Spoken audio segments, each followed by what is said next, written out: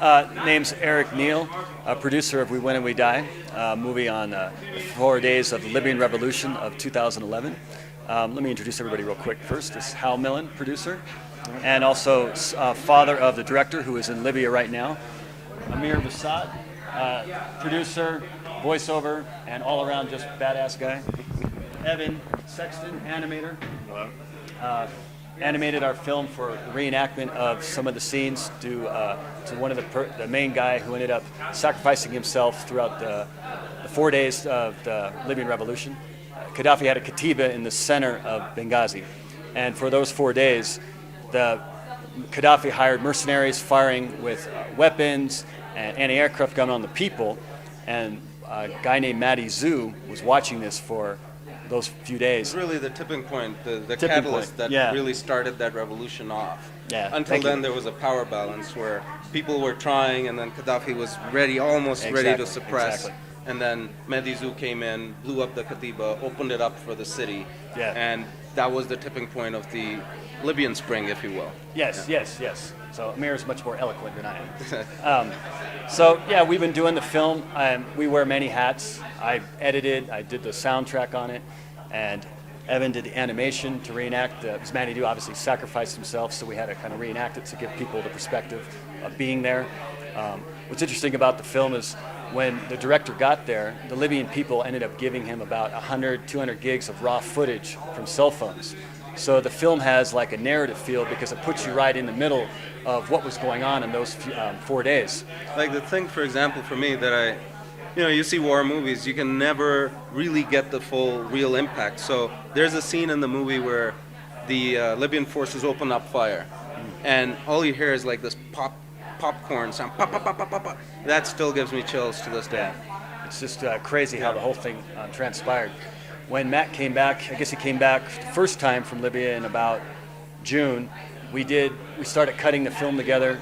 We had like 60 plus tapes. The film was made on about 8. We took all summer to cut it together, and just recently we just did all the final touches on it to get it into Slamdance. And this was the first festival. And this was the first submission. First submission, yeah. Got in, lucky. Yeah, we're all incredibly excited, I think timeline was the biggest struggle. I had about 4 or 5 weeks that I did it all in, and I hand drew everything. The style was just trying to be accurate. We got reference footage for where he lived and where the bases were, so trying to be as accurate to everything as possible. Yes, but it ended up being slightly stylized. There's green skies and... Yeah, the scene where it goes towards, Mehdi goes flying towards the Katiba, you had the road and the roundabout, it's recreated based on the footage, right? I consider myself the producer of Last Resort. Exactly. A couple of instances, when my son went over there, I was very worried about communication. Communication in the initial part of the revolution was very difficult.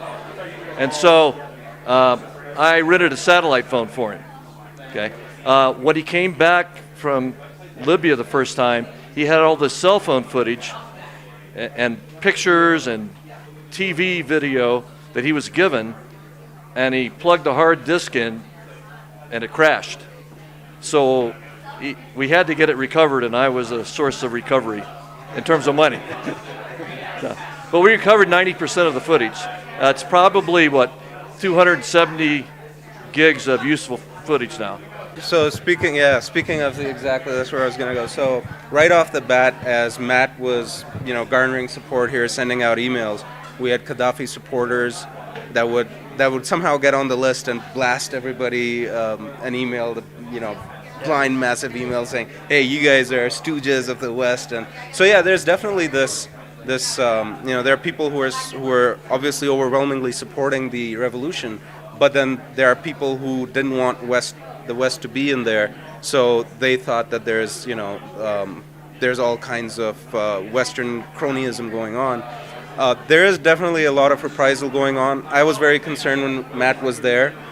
Initially, I'd sent him an email saying, "Get the F out of there," and he wrote me back saying, "No, it's pretty cool here in Benghazi." So Benghazi seems to be pretty calm. Outside of Benghazi, like Tripoli and the western side, definitely there's reprisals and all sorts of chaos.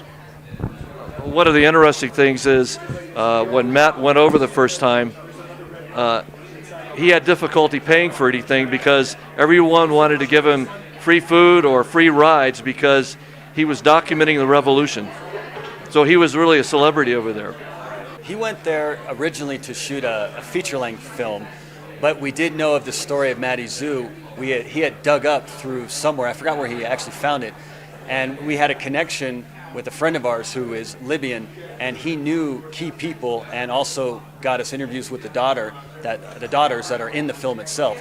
So it was a little of both, but when he came back, the feature film ended up we kind of put that on, tabled it for a while, and this film just took off and just had such a compelling story. So it was just very, very clean and kind of strikes to the heart of what was really going on there for the last 42 years. It definitely has a point of view, and the point of view is really from the oppression and Matty Zoo's action. So it's really looking at how a father could sacrifice himself, leave his two daughters behind. And the guy is not like a fanatic or a revolutionary, he was just a petroleum engineer. So it's really looking at what makes a man do something like that. You can find us 180 Films. We have a whole network, fan pages, stuff like that. What's the website? Website is 180films.com. You can find all the information there. We have a We Win or We Die fan page. Facebook. And a Facebook and a .com, We Win or We Die. So all the information is there. Contact me directly, emails, any one of these guys. All the information is online as well.